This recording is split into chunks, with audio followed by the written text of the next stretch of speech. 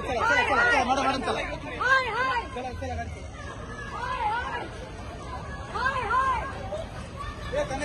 बाकी जण घे ते बाजूला चलो चला आज करू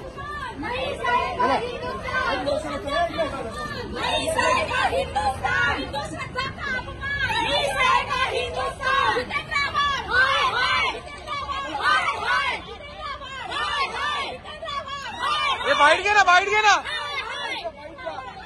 मॅडम बाइट द्या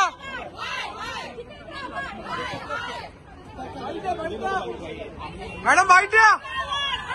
बोला